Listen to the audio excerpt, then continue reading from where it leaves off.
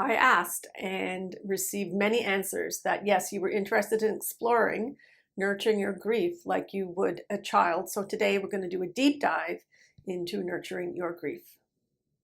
I'm Jo McRogers. Welcome to Grief Support That Works, where we are dedicated to doing grief differently. Several weeks ago, I began to wonder if imagining our grief as a child would help us to help ourselves. How to nurture and raise that grief. Could we imagine our grief as an entity outside of ourselves?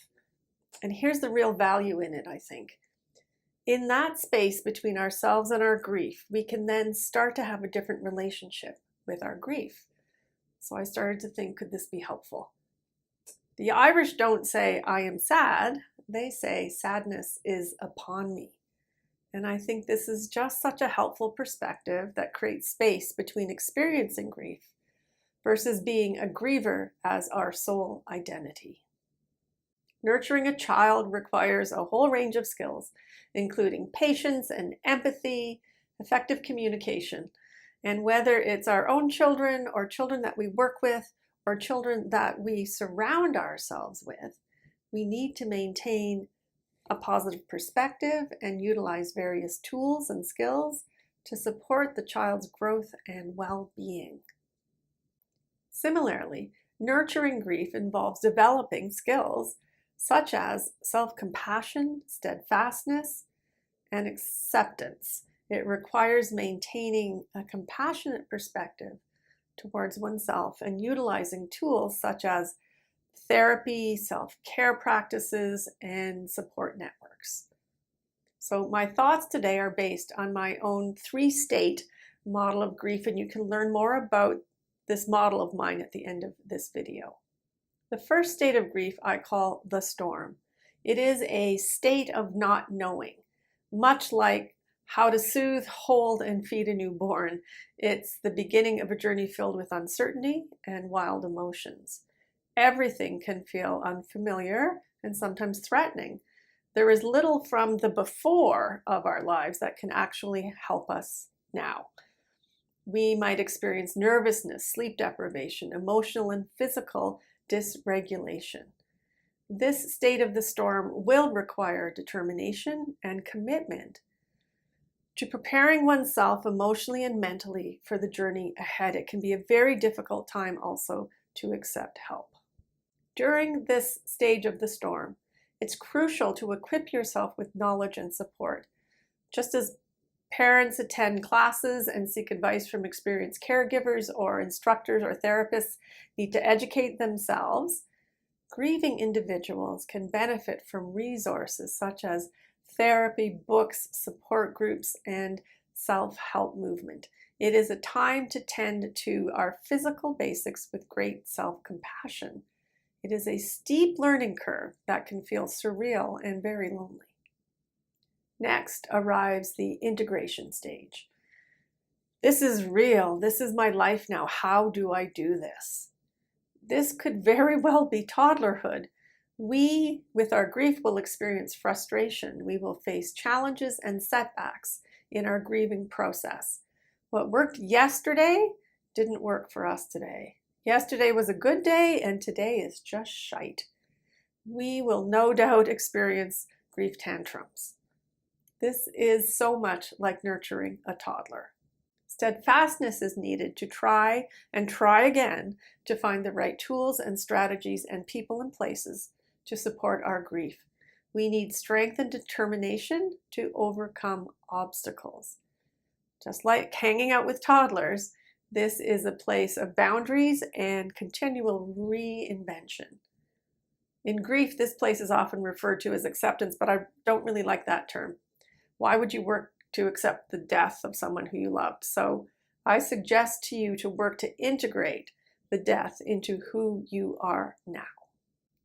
And finally, for all of those confounding moments of toddlerhood, it is essential to be observant of hopefulness. Hope that you are getting it right at least sometimes. Hope and the beginnings of trust that this state won't last forever.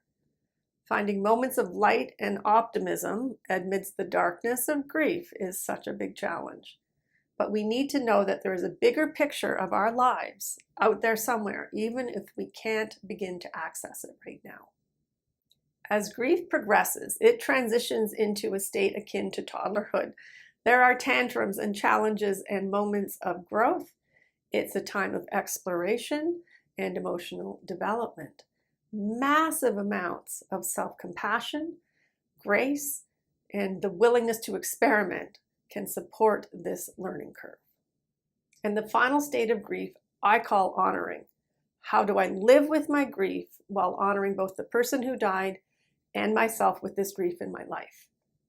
I believe that this can actually reflect the state of childhood.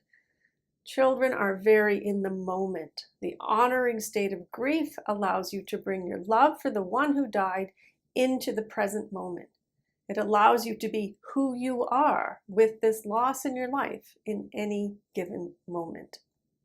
It can allow us to seek connection rather than only feeling separation. We can become capable of actions and consequent learning, much like children. We learn that the duck and cover approach to our grief only leaves our grief sitting waiting for us. We can find inspiration and learning from others who lead the way in their grief. When nurturing our grief, we need to know there will be regressions, just like children experience. And we need to know that while these are never welcomed, they are to be expected. Recent brain research indicates that birth to age 3 are the most important years in a child's development. So consider the time it takes to nurture children. Please stop rushing your grief. Grief is a process, not an event. So to summarize, early grief needs basics: rest, nourishment, hydration, pacing, and education. Patience and kindness always. Middle grief benefits from support for all of the new learning curves. It needs to be seen, heard, and approached with self-grace. It needs inspiration and moments of hope.